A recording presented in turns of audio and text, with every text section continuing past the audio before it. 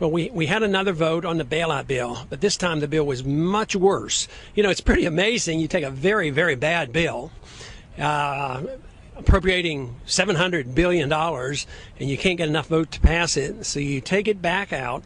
You make it much worse. You take it up to over $800 billion, and 57 people, most of them conservatives, switched their votes. So that tells you a little bit about what's happening here in Washington. And the one very bad part of this bill was the fact that the tax portion was written by the Senate, and under the Constitution, only the House can originate tax bills. So that in itself was unconstitutional, but it's been done before, and it'll be done again, but it's just sort of the way things happen around here.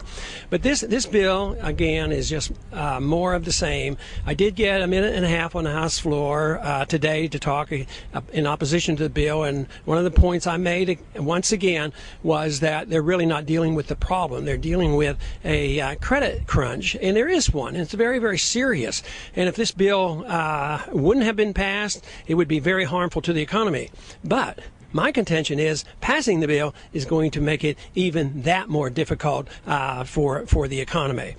But the point really that I try to make constantly is that the credit crunch is symbolic, and it's a symptom of a very serious disease that we have, overspending, overextension, and that what we're really dealing with now is the actual bankruptcy of this country. And we can look around for some good things that could come from this, and one is that we will be forced to live within our means, and we won't be able to live on the credit card anymore. As individuals have to learn to live within their means if they go bankrupt, this country is going bankrupt, and one of the benefits from this will be that we will not be the aggressors overseas. We will have to change our foreign policy. And we are in a somewhat similar situation as the Soviets were in 1989 when the Soviet Empire came down, but it came down for economic reasons. And our economic empire and our military empire will come down because we can't afford this. We can't do it. So this is much more serious than loosening up some credit. But this whole idea that you can loosen up credit and solve the problem by doing the very things that cause the trouble, that is, spend too much, run up too much deficits, monetize a debt, which means more inflation and more regulation. That's exactly the wrong thing to do. We constantly do the wrong things and hope for another outcome, and it just doesn't work that way.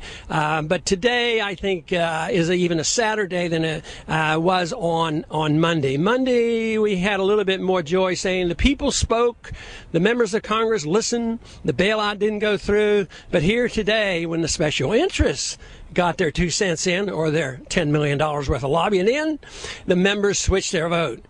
57 switching their votes and winning this appropriations overwhelmingly tells you that we have a long way to go.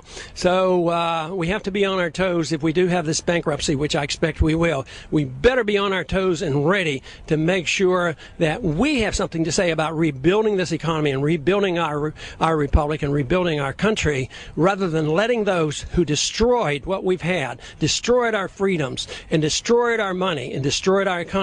We should not let them do the rebuilding.